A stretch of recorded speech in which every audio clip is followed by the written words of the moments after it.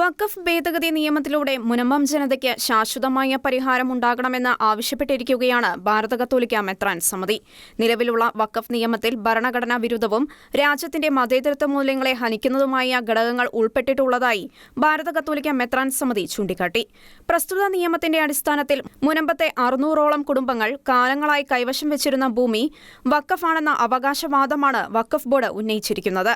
കഴിഞ്ഞ 3 വർഷം കൊണ്ട് മുനമ്പം ഭൂമിയുമായി ബന്ധപ്പെട്ട വഖഫ് വിഷയം സങ്കീർണമായ നിയമപ്രശ്നമായി രൂപാന്തരം പ്രാപിച്ചിരിക്കുന്ന സാഹചര്യത്തിൽ നിയമ ഭേദഗതിയിലൂടെ മാത്രമേ പ്രസ്തുത പ്രശ്നത്തിന് ശാശ്വതമായ ഒരു പരിഹാരം കാണാൻ സാധിക്കൂ എന്ന് CBCI പുറത്തുവിട്ട പ്രസ്താവനയിൽ പറയുന്നു. വഖഫ് ഭേദഗതി പാർലമെന്റിൽ ചർച്ചയ്ക്ക് വയ്ക്കുന്ന സാഹചര്യത്തിൽ രാഷ്ട്രീയ പാർട്ടികളും ജനപ്രതിനിധികളും മുൻവിധികൾ കൂടാതെ ക്രിയാത്മകമായ സമീപനം സ്വീകരിക്കണമെന്ന് ഭാരത കത്തോലിക്ക മെത്രാൻ സമിതി ആവശ്യപ്പെട്ടു. മുനമ്പം ഭൂമിയുടെ യഥാർത്ഥ അവകാശികളായ മുനമ്പത്തെ ജനങ്ങളുടെ അവകാശം പുനഃസ്ഥാപിക്കണമെന്നും ഒപ്പം ഇന്ത്യൻ ഭരണഘടനാ മൂല്യങ്ങൾ ഹനിക്കുന്ന വകുപ്പുകളും നിയമങ്ങളും ഭേദഗതി ചെയ്യണമെന്നും CBCI ആവശ്യപ്പെട്ടു.